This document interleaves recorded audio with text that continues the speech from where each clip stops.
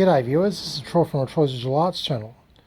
I've been cleaning up my silvers that I've found over the past 2 hunts up at that big city park, and I'll talk about the results and some of the interesting effects after I talk about this smooth threepence size disc. Now, I suspect that this was a threepence worn to buggery, but I also suspected it might have been a counterfeit disc made so people can rot vending machines. But after cleaning it up with electrolysis and bicarb rub, on closer inspection and comparing it to one of the other Victorian threepences here, I found that this is actually a Victorian threepence, and an extremely old one too. I first was able to make out the bottom part of the bust, so I thought, yep, there's definitely a head on the back here, and it looks to be that of an early bunhead Queen Victoria. When I was when I sort of like remember what the bunhead Victoria looked like on other coins, but yeah. What really stuck out the most was when I flipped it over, and I can just make out the 3 there, and I could just make out a bit of the top detail of the crown. So this is definitely an earlier Victorian threepence. Don't know what year at all, but it's definitely 18 something. It'd probably be made anywhere from the late 1830s to possibly the 1880s, this threepence here, or maybe even 1890s. Actually, I don't know. I'd say 1880s, before Queen Victoria wore the veil. Anyhow, you can just make out the bottom part of the 3 here. Now, if we compare it, put it alongside the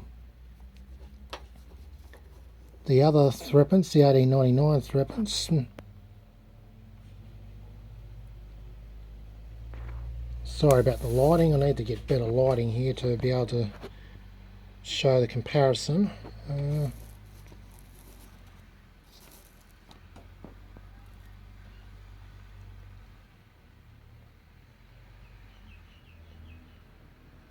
Well, you can just make out the detail of the 3 and the crown on top.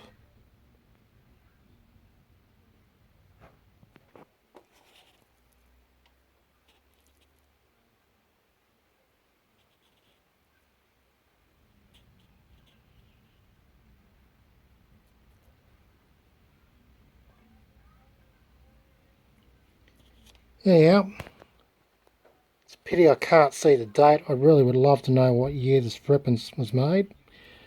But anyway, I'm actually glad that my suspicions are correct. It's an extremely worn threepence, and I'm glad it's actually a Victorian era one. Fantastic. Alrighty, now onto the clean job of these silvers. Now, with a lot of the sterling silvers that had the grey tarnish on it, the dark grey tarnish, I gave them a good electrolysis and bicarb, and they clean up very nicely. Starting with the Victorian ones. So yeah, we've got the threepence and the sixpence, both dated 1899. Look good on the front. On the back, with the veiled Queen Victoria busts, yeah, they look rather pitted, but yeah, that happens. That happens with a lot of coins when they're in, I guess, sandy soil, because it was sandy soil I found these coins in. But oh well, overall they still came out good. Now, it's flooring clean up beautifully. 1942. Yeah, we've got a lot of sixpences here that the 50%ers only really needed a bicarb rub, most of them. Some of them needed needed the electrolysis, which I'll get to in a minute, which will be those multicoloured coins. Now, and the threepences here are same deal, 50 percenters. I just gave them a bicarb rub. Some of them turned out weren't a complete job, but I don't really care that much. They'll do for the moment. The sterlings, I gave them the electrolysis and bicarb rub afterwards. Although some of them, yeah, they got this during the electrolysis, got that dark band there. So I've managed to rub most of it off with the bicarb. That happens with electrolysis. You end up getting sometimes you get a band going across the coin. Electrochemical effect, I guess. Now, onto the interesting results. These 50 percenters here, I gave them they were very dirty, so I gave them a electrolysis and a bicarb rub afterwards. And the results are very interesting. Got a very nice, they end up getting a tarnish afterwards. They came out with a slight pinkness to them.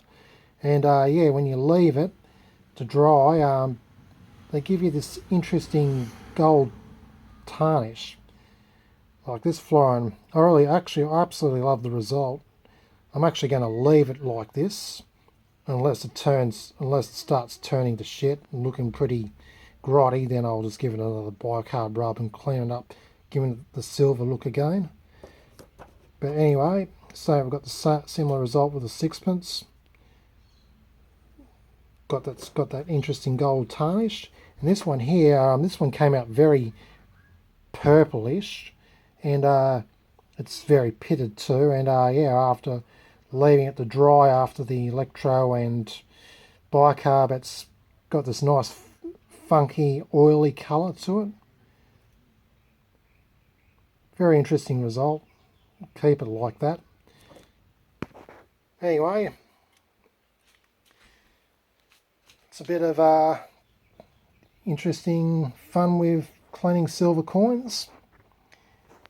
Sterlings will clean up nicely with the electrolysis and the bicarb rub. 50 percenters, you're going to get a tarnish afterwards, and you're going to have to give them another hot bicarb rub once again to get them looking silvery.